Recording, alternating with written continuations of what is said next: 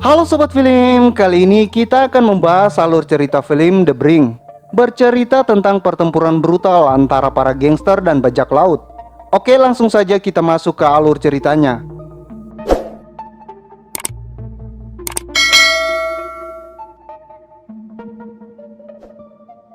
Scene diawali dengan seorang polisi bernama Chang Handong. Dia menyusup ke markas geng narkoboy dan penjual gadis-gadis muda. Satu persatu kelompok gangster ini dilumpuhkan. Di sini Chang melakukan penyergapan hanya seorang diri.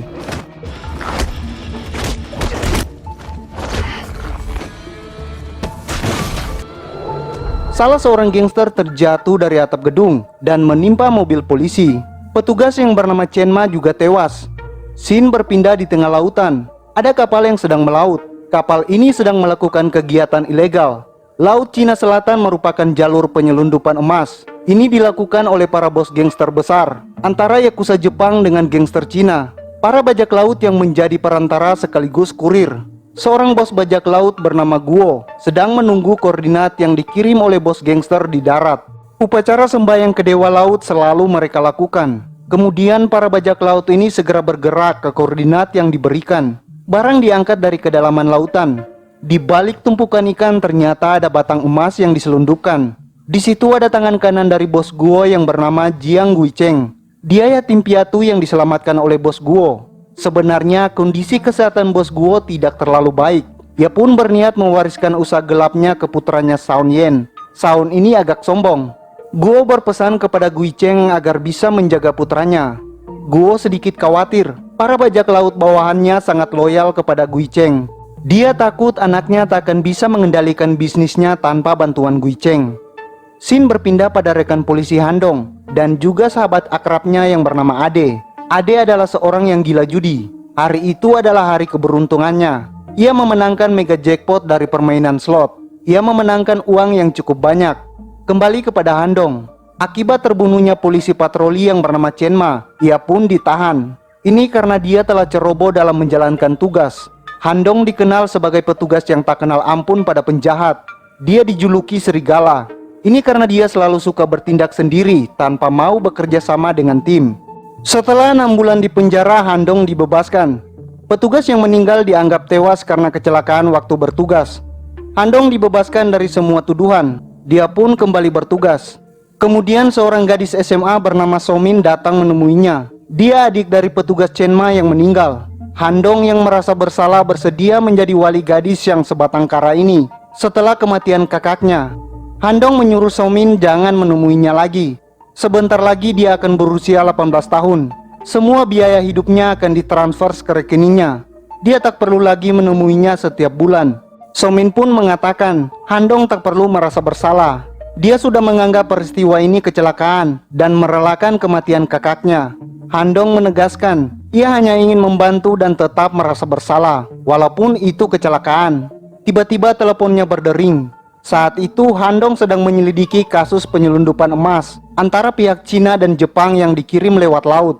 Dia ditelepon rekannya untuk segera datang ke kantor. Mereka mendapatkan info baru tentang penyelundupan itu.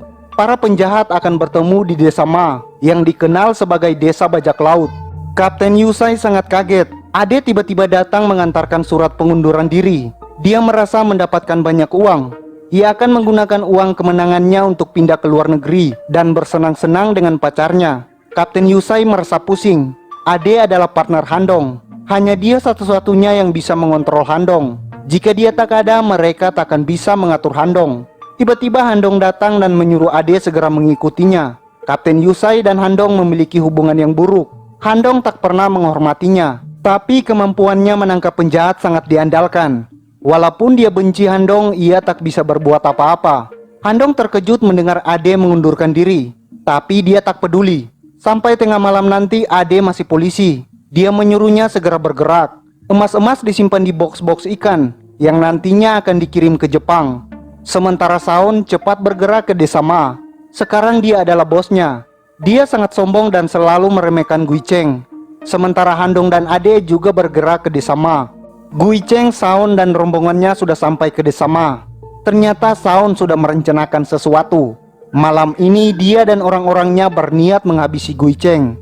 Dia ingin Guicheng menghilang. sehingga dia benar-benar bisa menjadi bajak laut warisan ayahnya. Mereka mengepung Gui Cheng.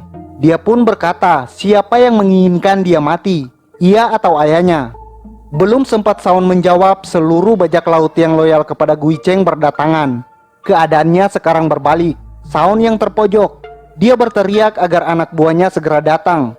Tanpa sepengetahuannya, semua orang-orang yang dibayarnya sudah dihabisi oleh Gui Cheng.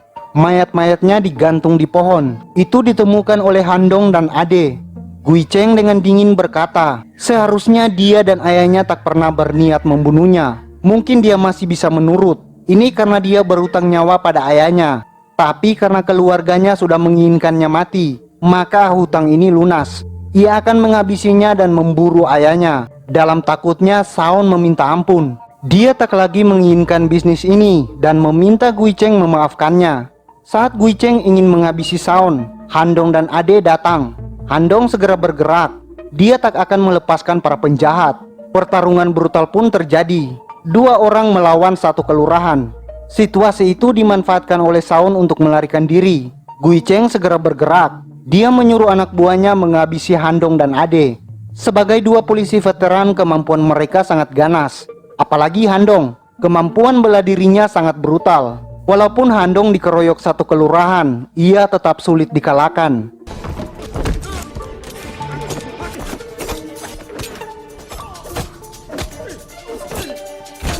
Bajak laut yang terjatuh menimpa bos ikan yang diawetkan. Terbongkarlah di mana mereka menyembunyikan emas. Kemudian para bajak laut melarikan diri meninggalkan teman yang terluka. Han Dong dan Ade berdiskusi. Akhirnya mereka membongkar cara penyelundupan emas yang selama ini sulit dibongkar. Di tengah laut ada gadis bernama Mei, pacar Gui Cheng. Dia sudah lama mengikuti Gui Cheng. Mei sangat setia kepada Gui Cheng karena dialah yang menyelamatkannya dari rumah bordil. Besoknya Han Dong dan Ade mengejar salah satu anggota bos Guo di pasar ikan. Setelah kejar-kejaran panjang, pria ini berhasil ditangkap. Dengan brutal Han Dong menginterogasinya tentang lokasi di mana bos Guo berada. Mereka berhasil mendapatkan info. Sementara Saun berniat memberitahu ayahnya rencana mereka sudah gagal untuk menghabisi Gui Cheng. Kapal Saun meledak ditembak dari belakang. Kapal itu sudah dikepung oleh Gui Cheng bersama bawahannya. Seluruh anak buah Gao di kapal itu dihabisi. Bos Guo menyelamatkan anaknya, tapi Gui Cheng sudah di sana. Dengan dingin, Gui Cheng memerintahkan anak buah Guo yang masih hidup untuk menghabisi Saun. Dengan itu dia bisa selamat. Pria itu tak punya pilihan. Ia menusuk anak bosnya sendiri. Anak sombong itu meninggal disaksikan oleh ayahnya. Gui Cheng berkata sebenarnya dia tak ingin melakukan ini, tapi bosnya sendiri yang memaksanya. Kini hutang budi mereka lunas. Gui Cheng ingin alat transmisi penerima pesan, alat komunikasi bos gangster Cina untuk memberikan koordinat di mana emas-emas itu ditenggelamkan. Dengan kejam dia menyiksa bos Guo yang sudah terluka. Dia ingin menguasai emas itu sendiri. Saat itulah Han Dong menuju ke sana diantar oleh pria gondrong yang dia tangkap. Gui Cheng yang melihat dari jauh segera pergi meninggalkan bos Guo yang terluka.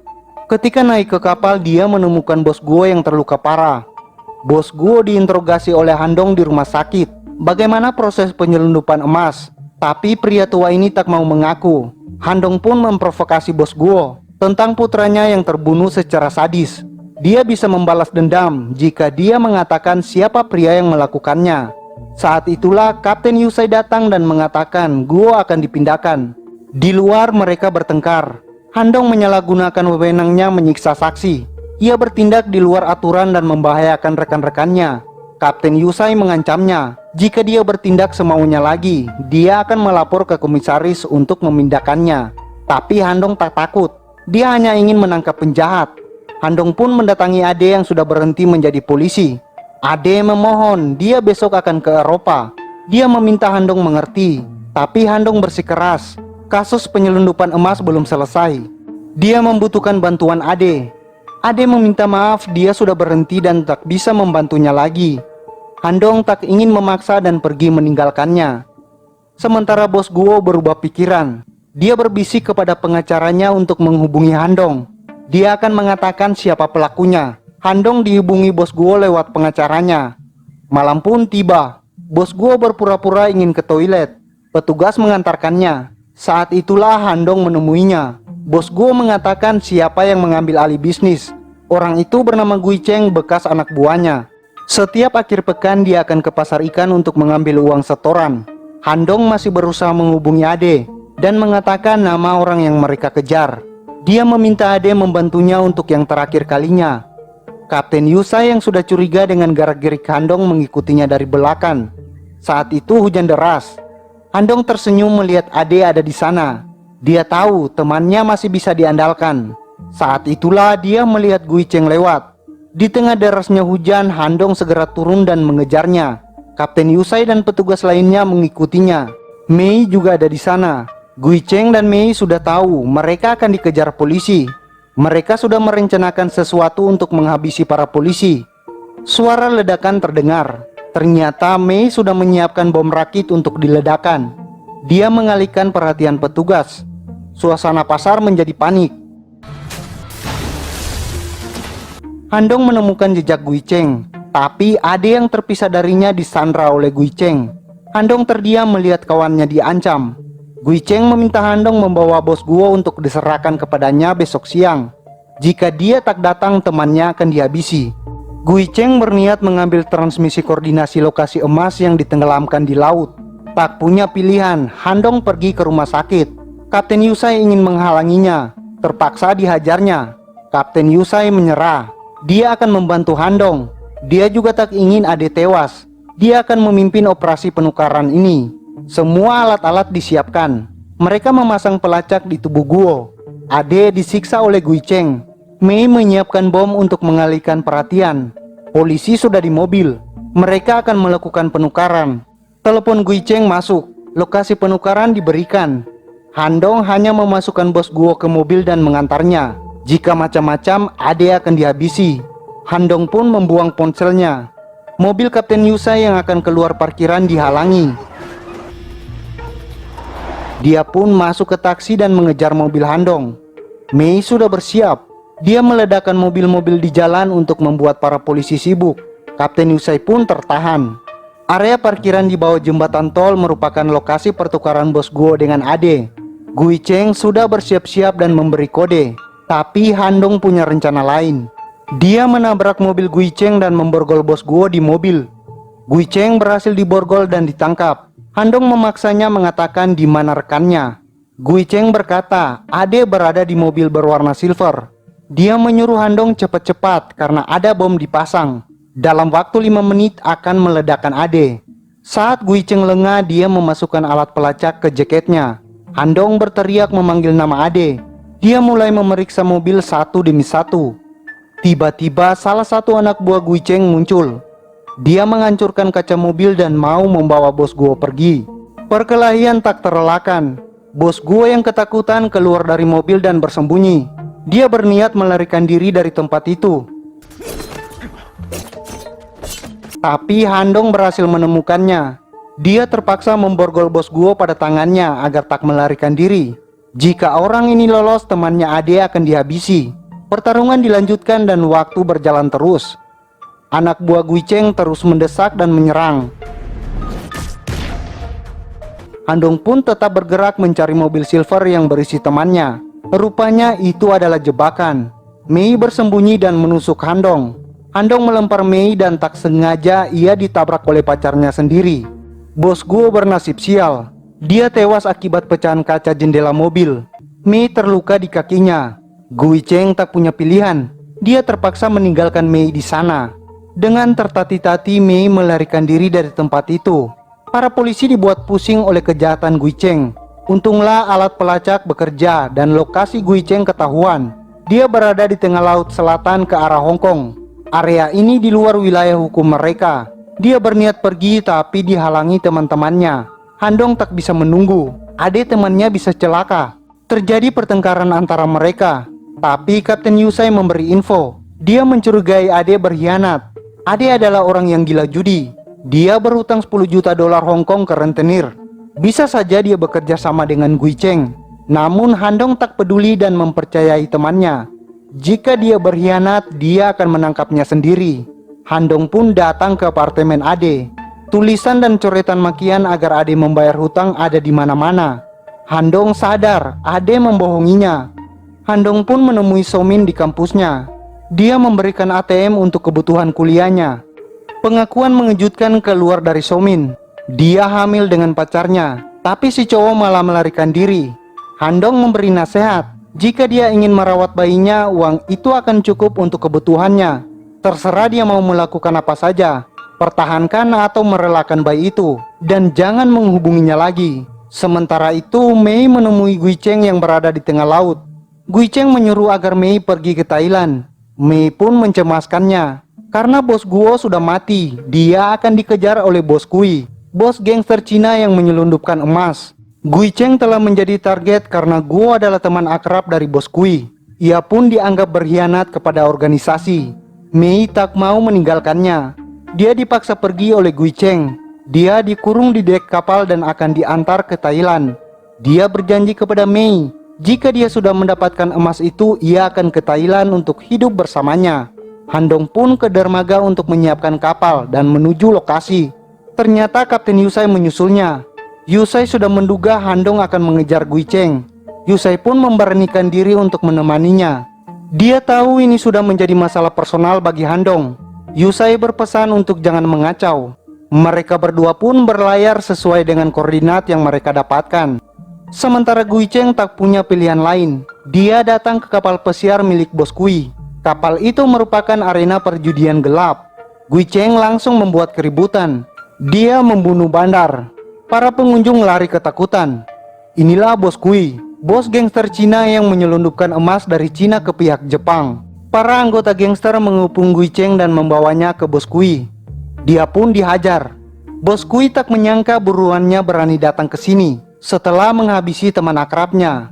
Dia hanya anak buah tapi memiliki keberanian sebesar ini. Dia takkan bisa keluar dari sini. Tapi Gui Cheng mempunyai rencana lain. Dia berusaha mendekati bos Kui. Senjata yang dia sembunyikan sudah di leher. Dia menanyakan koordinat emas yang disembunyikan di bawah laut. Di bawah ancaman, bos Kui terpaksa mengatakan di mana emas itu. Rupanya emas itu disembunyikan di perairan di bawah kapal pesiarnya. Tapi keadaan terbalik. Setelah Kui berhasil menghindari todongan pisau Gui Cheng, anak buah Gui Cheng bersiap mematikan lampu di kapal. Bos Puki menyuruh anak buahnya mencari dan menghabisi Gui Cheng. Para gangster menyusuri kapal mencari Gui Cheng. Gui Cheng terpaksa melompat ke laut. Para bajak laut yang sudah siap di bawah menolong bos mereka. Dia mengatakan lokasi emasnya. Dia menyuruh anak buahnya bersiap-siap untuk mencuri emas itu. Bos Kui juga langsung memerintahkan anak buahnya menyelam. Demi emas, mereka saling membunuh di bawah laut. Sementara Handong dan Yusai sampai di lokasi dan melihat mayat-mayat mengapung. Handong dan Yusai segera mengambil perlengkapan menyelam dari anak buah bos Kui yang tewas. Gui Cheng berhasil menemukan lokasi emas batangan tersebut. Mereka pun segera bekerja. Handong ketahuan. Dia ditarik ke bawah laut oleh Gui Cheng. Pertempuran di bawah laut terjadi. Gui Cheng yang terbiasa di laut membuat Handong kalah. Kapten Yusai menolongnya. Handong pun membawanya ke permukaan. Sementara Kapten Yusai berusaha naik ke permukaan. Handong berhasil menangkap Gui Cheng dan membawanya ke atas kapal. Gui Cheng dihajar habis-habisan. Handong menanyakan apa yang terjadi dengan Ade. Dia memohon katakan di mana Ade sekarang. Gui Cheng menertawakan Handong. Dia sangat menyedihkan dan menyuruhnya sadar. Uang telah membeli sahabatnya. Jika dia tertangkap, dia akan menjalani hukumannya lalu bebas. Tapi sahabatnya takkan pernah kembali. Itu membuat Handong emosi dan kembali menyiksa Gui Cheng. Ternyata Mei tak menyerah. Dia menyusul pacarnya dan menyiapkan bom asam klorida. Tiba-tiba Mei masuk dan melemparkan bom untuk menyelamatkan Gui Cheng. Tubuhnya penuh darah dan terkena ledakan bom. Tapi dia membawa Gui Cheng. Mereka melompat ke laut. Kapten Yusai terapung di lautan dan diselamatkan oleh nelayan. Dia menyuruh mereka menelepon polisi. Handong menjenguk Kapten Yusai yang dirawat. Polisi berhasil memecahkan kasus penyelundupan emas terbesar. Kui, bos gangster Cina, berhasil ditangkap. Sementara itu Handong terluka dan kehilangan sahabatnya. Dia merasa kasus itu belum selesai. Sahabatnya hilang dan Gui Cheng kabur. Para polisi tak sadar emas yang diamankan hanya setengah. Setengahnya lagi sudah disembunyikan di laut oleh kelompok Gui Cheng. Han Dong pun meminta cuti 3 bulan. Dia hanya berada di kapal yang dia sewa. Dia menghabiskan hari-harinya di lautan.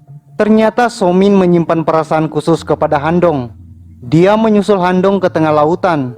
Han Dong terkejut melihat kedatangan So Min. Tapi dia tak menanyakan maksud kedatangan gadis itu. Dia menyuruhnya pergi setelah makan. Berada di laut tak bagus untuk wanita hamil. So Min pun meminta Han Dong kembali ke daratan. Dia terlalu terobsesi untuk menangkap penjahat. Dia akan dalam bahaya jika badai datang. So Min pun mengakui perasaan sukanya kepada Han Dong. Tapi Han Dong hanya diam. Soal perasaan itu dia akan menjawabnya setelah menyelesaikan kasus ini.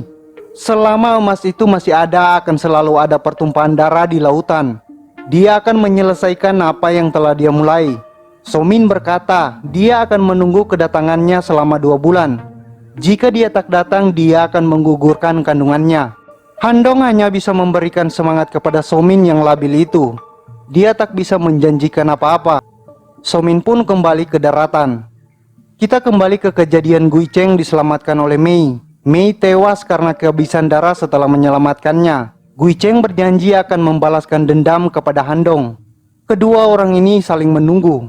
Akhirnya badai yang ditunggu datang. Kapal patroli kembali ke daratan.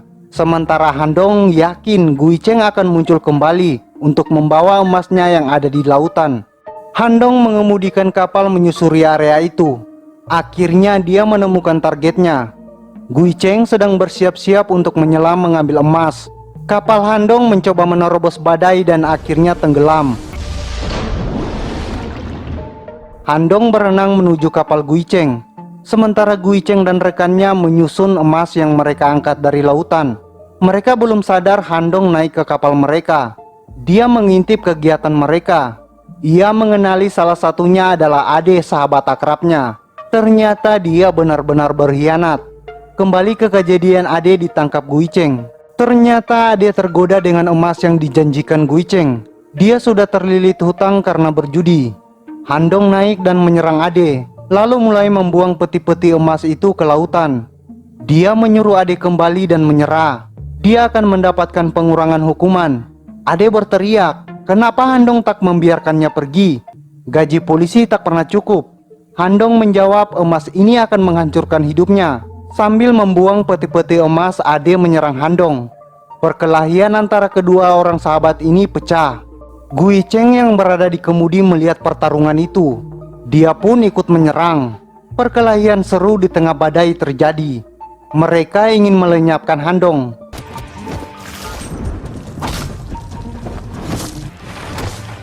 Han Dong tersudut dikeroyok 2 orang.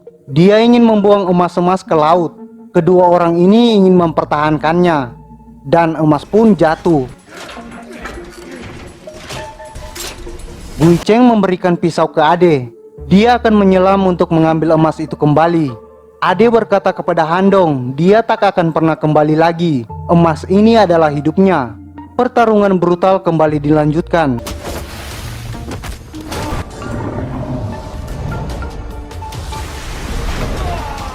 Ombak besar datang kembali.